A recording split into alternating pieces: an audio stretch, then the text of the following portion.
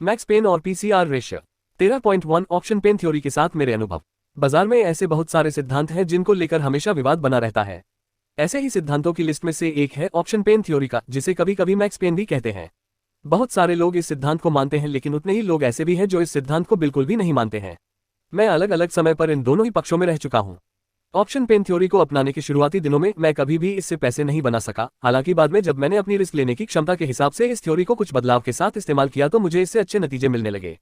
इस अध्याय में मैं इस बारे में भी चर्चा करूंगा। अब मैं ऑप्शन पेन थ्योरी के बारे में आपको बताने की कोशिश करूंगा और इस पर भी चर्चा करूंगा कि मुझे इसमें क्या पसंद है और कौन सी बातें मुझे पसंद नहीं आती। हम उसके आधार पर आप यह फैसला कर सकते हैं कि आपको ऑप्शन पेन थ्योरी के साथ रहना है या नहीं।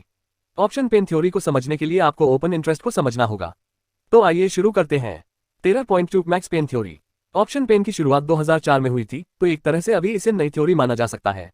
जहां तक मेरी जानकारी है, इस थ्योरी के बारे में कोई भी शैक्षणिक सामग्री उपलब्ध नहीं है। मुझे नहीं पता कि इस थ्योरी की इतनी उपेक्षा क्यों की गई है। ऑप्शन पेन थ्योरी उस धारणा पर आधारित है कि 90% ऑप्शन वर्थलेस होकर स्क्वायर होते हैं, इसलिए आमतौर पर ऑप्शन बेचने वाले या ऑप्शन के राइटर ऑप्शन को खरीदने वाले के मुकाबले ज्यादा बार पैसे बनाते हैं। अब अगर यह बात सही है तो इसके आधार पर हम कुछ निष्कर्ष निकाल सकते हैं। किसी भी समय ऑप्शन बेचने वाले और ऑप्शन खरीदने वाले में से सिर्फ एक ही पैसे बना सकता है, दोनों नहीं। ऊपर के वक्तव्य से साफ है कि आमतौर पर ऑप्शन बेचने वाला ही पैसे बनाता है। अगर सिर्फ ऑप्शन बेचने वाला ही ज्यादा पैसे बनाता है तो इसका मतलब यह है एक्सपायरी के दिन ऑप्शन की कीमत ऐसी जगह पर पहुंच जानी चाहिए जहां पर ऑप्शन राइटर बेचने वाले को कम से कम नुकसान हो। अगर पॉइंट 2 में कही गई बात सही है तो इसका मतलब यह है कि ऑप्शन की कीमत को तोड़े मरोड़े जाने की संभावना से इनकार नहीं किया जा सकता है। कम से कम एक्सपायरी के दिन तो जरूर ऐसा हो सकता है। अब अगर पॉइंट 3 की बात सही है तो इसका मतलब यह है कि बाजार में ऐसे ट्रेडर होते हैं जो कि ऑप्शन की कीमतों को कम से कम एक्सपायरी के दिन तो अपने मनमाफिक तरीके से बदलवा सकते हैं। अब अगर बाजार में ऐसे ट्रेडर का समूह है जो कीमत को अपने हिसाब से बदलवा सकता है, तो ये समूह ऑप्शन बेचने वाले ऑप्शन राइटर्स का होगा, क्योंकि वही ऑप्शन बाजार में सबसे ज्यादा बार पैसे बनाते हैं। ऊपर निकाले गए निष्कर्षों के आधार पर हम ये कह सकते हैं कि बाजार में एक्सपायरी के समय कीमत का कोई ऐसा स्तर जरूर होगा जहां पर ऑप्शन बेचने वाले यानी ऑप्शन राइटर को कम से कम नुकसान हो, यानी उसको कम से कम पेन हो, ऑप्शन खरीदने वाले को सबसे अधिक पेन हो। अगर आप कीमत के इस स्तर को पहचान सके तो आप इस बात का अनुमान भी लगा सकते हैं कि बाजार कहां एक्सपायर होगा। ऑप्शन पेन थ्योरी यही काम करती है, ये पता लगाती है कि बाजार में एक्सपायरी किस कीमत पर होगी जहां ऑप्शन बेचने वाले को कम से कम नुकसान हो रहा है। ऑप्शन पेन की एक परिभाषा दी गई है, ऑप्शन बाजार में ऑप्शन खरीदने वाले और बेचने वाले के बीच में धन का लेन देन जीरो सम गेम की तरह होता है, यानी जितना एक का नुकसान होता है और दूसरे का उतना ही फायदा होता है। ऑप्शन की एक्सपायरी के दिन अंडरलाइन स्टॉक की कीमत ऐसे स्तर पर पहुंच जाती है जहां पर ऑप्शन खरीदने वाले को सबसे ज्यादा नुकसान होता है। ये कीमत बाजार में मौजूद सभी आउटस्टैंडिंग ऑप्शन के आधार पर निकाली जाती है और इसे ऑप्शन पेन कहते हैं। वास्तव में यह ऑप्शन बेचने वाले लोगों के समूह की तय की गई वह कीमत है जहां पर वह तोड़ मरोड़ कर स्टॉक की कीमत को पहुंचाना चाहते हैं। 13.3 मैक्सिमम अधिकतम पेन की गणना। अब हम मैक्स पेन की निकालने के तरीके को अलग अलग चरणों के तौर पर देखते हैं। हो सकता है कि अभी आपको इसे समझने में थोड़ी दिक्कत हो, लेकिन फिर भी आप इसे समझने की कोशिश कीजिए। बाद में जब हम उदाहरण देंगे तो आप इसे अच्छे से समझ पाएंगे। कदम 1, एक्सचेंज में मौजूद सभी ऑप्शन स्ट्राइक की एक सूची बनाएं और इनमें से हर एक स्ट्राइक पर मौजूद कॉल और पुट ऑप्शन के ओपन इंटरेस्ट को लिख लीजिए। कदम 2, आपने जितने स्ट्राइक को नोट किया है बारी बारी से ये मान लीजिए कि बाजार इसी स्ट्राइक पर एक्सपायर होगा। कदम 3, अब कदम 2 में निकाले गए एक्सपायरी के हर स्तर पर इस बात की गणना कीजिए कि उस स्ट्राइक पर ऑप्शन राइटर को कॉल और पुट दोनों के ऑप्शन राइटर को कितने पैसे का नुकसान हो रहा है। कदम 4, एक्सपायरी के निकाले गए हर स्तर पर कॉल और पुट ऑप्शन के राइटर को होने वाले नुकसान को जोड़ लीजिए। कदम 5, देखिए कि किस स्ट्राइक पर ऑप्शन राइटर को सबसे कम नुकसान हो रहा है। कीमत के जिस स्तर पर ऑप्शन राइटर को सबसे कम नुकसान हो रहा हो, उसी जगह पर ऑप्शन खरीदने वाले को मैक्सिमम पर यानी सबसे ज्यादा नुकसान होता है, इसलिए यह वह बिंदु है जहां पर बाजार एक्सपायर होने की सबसे अधिक संभावना है। इसको समझने के लिए एक बहुत ही सीधा उदाहरण लेते हैं। आपको समझाने के लिए मैं मान लेता हूं कि बाजार में निफ्टी के सिर्फ 3 स्ट्राइक मौजूद है। मैंने इनमें से हर एक के लिए कॉल और पुट के ओपन इंटरेस्ट को निकाला है। Strike call open interest put open interest 7700182300578305 7800344857544857541255 790053674502559375। स्थिति 1, मान लीजिए कि बाजार 7700 पर एक्सपायर होता है। आपको याद होगा कि जब आप कॉल ऑप्शन को बेचते यानी राइट करते हैं तो आपको नुकसान तभी होता है बाजार स्ट्राइक के ऊपर चला जाए। इसी तरीके से जब आप पुट ऑप्शन को राइट करते हैं तो आपको नुकसान तब होता है जब बाजार स्ट्राइक कीमत से नीचे चला जाए। इसलिए अगर बाजार 7700 पर एक्सपायर होता है तो कॉल ऑप्शन को राइट करने वाली यानी बेचने वाले को नुकसान नहीं होगा, मतलब 7700, 7800 और 7900 के स्ट्राइक पर ऑप्शन बेचने वालों को मिला हुआ प्रीमियम अपने पास रखने का मौका मिल जाएगा। लेकिन पुट ऑप्शन को राइट करने या बेचने वाले मुश्किल में पड़ जाएंगे। सबसे पहले 7900 पे के राइटर को देखते हैं। 7700 की एक्सपायरी पर 7900 पे के राइटर को 200 पॉइंट का नुकसान होगा। क्योंकि ओपन इंटरेस्ट 25,59,375 है, इसलिए नुकसान को अगर रुपयों में निकाला जाए तो 202,559,375 इक्वल्स 5,11,875 रुपये 000। 7,800 के राइटर को 100 पॉइंट का नुकसान होगा और रुपयों में इसकी कीमत होगी 104,864,125 इक्वल्स 4,86,412 रुपये 500। 7,700 पे के राइटर को नुकसान नहीं होगा। तो अगर बाजार 7,700 पर एक्सपायर होता है तो ऑप्शन बेचने वालों को कुल नुकसान होगा। कॉल ऑप्शन बेचने वालों राइटर को कुल नुकसान जोड़ पुट ऑप्शन बेचने वालों राइटर को कुल नुकसान इक्वल 0 जोड़ 5,11,875 रुपये 000 जोड़ 4,86,412 रुपये 500 इक्वल्स 9,98,287 रुपये 500। याद रखिए कि कॉल ऑप्शन राइटर को होने वाला रुपयों का कुल नुकसान इक्वल 7700 सीई के राइटर को होने वाला नुकसान जोड़ 7800 सीई के राइटर को होने वाला नुकसान जोड़ 7900 सीई के राइटर को होने वाला नुकसान। इसी तरीके से पुट ऑप्शन के राइटर को होने वाला कुल नुकसान इक्वल 7700 पे के राइटर को होने वाला नुकसान जोड़ 7800 पे के राइटर को होने वाला नुकसान जोड़ 7900 पे के राइटर को होने वाला नुकसान। स्थिति 2 मान लीजिए कि बाजार 7,800 पर एक्सपायर होता है। 7,800 पर कॉल ऑप्शन के इन राइटर्स को नुकसान होगा। 7700 सीई के राइटर को 100 पॉइंट का नुकसान होगा। इसको अगर ओपन इंटरेस्ट से गुणा किया जाए तो हमें इसकी रुपए में कीमत मिल जाएगी 101,823,400 इक्वल्स 1,82,340 रुपये 000। 7,800 सीई और 7900 सीई के बेचने वालों को कोई नुकसान नहीं होगा। 7,700 पे और 7,800 पे बेचने वाले को कोई नुकसान नहीं होगा।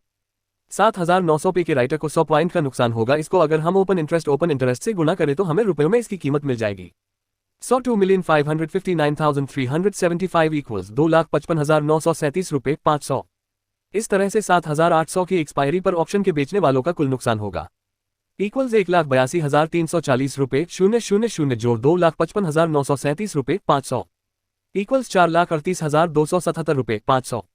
स्थिति 3 मान लीजिए कि बाजार 7,900 पर एक्सपायर होता है। 7,900 पर इन कॉल ऑप्शन राइटर को नुकसान होगा। 7700 सीई के राइटर को 200 पॉइंट का नुकसान होगा। रुपयों में इसकी कीमत होगी 201,823,400 इक्वल्स 3,64,680 रुपये 000। 7800 सीई के राइटर को 100 पॉइंट का नुकसान होगा और रुपयों में इसकी कीमत होगी 103,448,575 इक्वल्स 3,44,857 रुपये 500। 7900 सीई के राइटर को मिला हुआ प्रीमियम अपने पास रखने का मौका मिल जाएगा। क्योंकि बाजार 7,900 पर एक्सपायर हो रहा है इसलिए पुट ऑप्शन के सभी राइटर को भी प्रीमियम अपने पास रखने का मौका मिल जाएगा। तो इस तरीके से ऑप्शन राइटर को होने वाला कुल नुकसान होगा इक्वल्स 3,64,680 रुपये 000 जोड़ 3,44,857 रुपये 500 इक्वल्स 7,09,537 रुपये 500। तो इस तरह से हमने सभी संभावित एक्सपायरी पर ऑप्शन राइटर को होने वाले नुकसान की रुपयों में कीमत निकाल ली है। इसको नीचे के टेबल में देखते हैं।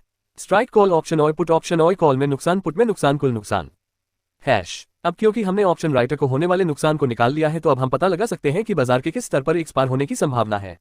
ऑप्शन पेन थ्योरी के हिसाब से बाजार उस स्तर पर एक्सपायर होगा जहां पर ऑप्शन बेचने वाले को कम से कम नुकसान हो, कम से कम पेन हो। अब ऊपर के टेबल से साफ है कि यह स्तर 7,800 का होगा जहां पर ऑप्शन बेचने वालों को करीब 43.82 करोड़ 43,82,77,500 का नुकसान हो रहा है जो कि 7,700 और 7,900 पर होने वाले कुल नुकसान से कम है। तो आपने देखा कि इसको निकालना कितना आसान है। वैसे मैंने सिर्फ 3 स्ट्राइक को लिया है जबकि बाजार में बहुत सारे स्ट्राइक मौजूद होते हैं खासकर निफ्टी के लिए, इसलिए कई बार यह गणना काफी मुश्किल हो जाती है। इस मुश्किल से बचने का तरीका यह है कि आप माइक्रोसॉफ्ट एक्सेल जैसी चीज का इस्तेमाल करें। मैंने 10 मई 2016 के लिए मैक्सिमम अधिकतम पेन का स्तर निकाला है, इसे आप नीचे के चित्र में देख सकते हैं। बाजार में उपलब्ध सभी स्ट्राइक के लिए हमें यह मानना होता है कि बाजार इसी स्तर पर एक्सपायर होगा और फिर कॉल और पुट ऑप्शन के नुकसान की रुपए में कीमत निकालनी होती है। इसी कीमत को अंतिम कॉलम में कुल कीमत के नीचे दिखाया गया है। एक बार आपने कुल कीमत निकाल ली तो हमें सिर्फ ये देखना होता है कि किस स्तर पर सबसे कम ऑप्शन राइटर को सबसे कम नुकसान हो रहा है। आप ये काम इस काम के लिए कुल कीमतों के बार ग्राफ का भी इस्तेमाल कर सकते हैं। ये बार ग्राफ कुछ ऐसा दिखेगा जैसा कि आप ग्राफ में देख सकते हैं कि 7,800 का स्ट्राइक वह स्तर है जहां पर ऑप्शन राइटर को सबसे कम रुपयों का नुकसान हो रहा है। तो ऑप्शन पेन थ्योरी के हिसाब से 7,800 बाजार का वो स्तर है जहां पर मई सीरीज को एक्सपायर होना चाहिए। अब जब आपने एक्सपायरी का स्तर निकाल लिया है तो आप इस जानकारी का उपयोग कैसे करेंगे, इसके कई उपयोग हैं। ज्यादातर ट्रेडर पेन स्तर का इस्तेमाल राइट करने की सही स्ट्राइक चुनने के लिए करते हैं। इस उदाहरण में 7,800 एक्सपायरी का स्तर है, इसलिए आप 7,800 के ऊपर का कॉल ऑप्शन या फिर 7,800 के नीचे का पुट ऑप्शन राइट कर बेच सकते हैं ताकि प्रीमियम आपको मिल सके। 13.4 मेरे किए कुछ बदलाव। अपने ट्रेडिंग के शुरुआती दिनों में मैं ऑप्शन पेन के बारे में जानने के लिए बहुत उत्सुक हुआ करता था। मुझे इससे जुड़ी हुई हर बात सही लगती थी। मैं हर तरीके के आंकड़ों पर नजर रखता था, एक्सपायरी स्तर को देखता था, फिर ऑप्शन राइट करता था, लेकिन हर बार बाजार किसी नए स्तर पर बंद हो जाता था और मुझे नुकसान होता था। नुकसान होने पर मैं ये सोचता था कि मेरे अपनी गणना में कहीं गलती है या फिर ये थ्योरी ही गलत है।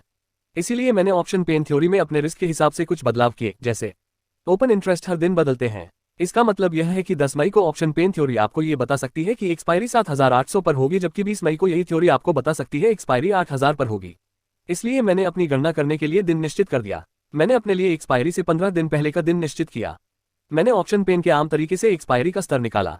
मैं इस एक्सपायरी के स्तर में 5% का सुरक्षा कुशन यानी बफर जोड़ने लगा। जैसे एक्सपायरी के 15 दिन पहले अगर पेन थ्योरी यह बता रही है कि एक्सपायरी 7800 पर होगी, तब मैं उसमें 5% का बफर जोड़ लेता था, जिससे मेरे लिए एक्सपायरी का नया स्तर होता था 7800 जोड़ 7800 का 5% इक्वल्स 8190 या 8200 का स्ट्राइक। इसके बाद मैं यह उम्मीद करता था कि बाजार 7800 से 8200 के बीच में एक्सपायर होगा। मैं इस एक्सपायरी के स्तर के आधार पर अपनी स्ट्रेटेजी बनाता था। मेरा सबसे पसंदीदा स्ट्राइक होता था 8200 के ऊपर का कॉल ऑप्शन खरीदना। मैं पुट ऑप्शन खरीदने से बचता था क्योंकि मुझे लगता था कि बाजार में लालच के मुकाबले डर ज्यादा तेजी से फैलता है, मतलब बाजार में बढ़त के मुकाबले गिरावट ज्यादा तेजी से आती है। मैं बेचे हुए ऑप्शन को एक्सपायरी तक होल्ड करता था और आमतौर पर इस दौरान एवरेजिंग करने से बचता था। जब से मैंने अपने इन सुधारों का इस्तेमाल करना शुरू किया, तब से मुझे बाजार से नतीजे अच्छे मिलने लगे। लेकिन मैंने कभी अपने नतीजों का रिकॉर्ड नहीं रखा, इसलिए यह नहीं बता सकता कि मुझे कितना मुनाफा हुआ। लेकिन अगर आप में से किसी को प्रोग्रामिंग आती है तो आप बहुत आसानी से मेरे इस स्तर को जांच सकते हैं और इस जांच के नतीजे सबके साथ बांट सकते हैं। एक बात और, मुझे काफी समय बाद में समझ में आया कि मैं जो 5% था बफर या कुशन ले रहा था, वह वास्तव में वही स्ट्राइक है जो 1.5 से 2% तक की स्टैंडर्ड डेविएशन दूर है। इसका मतलब है कि बाजार के इस स्तर पर एक्सपायर होने की संभावना करीब 34% है।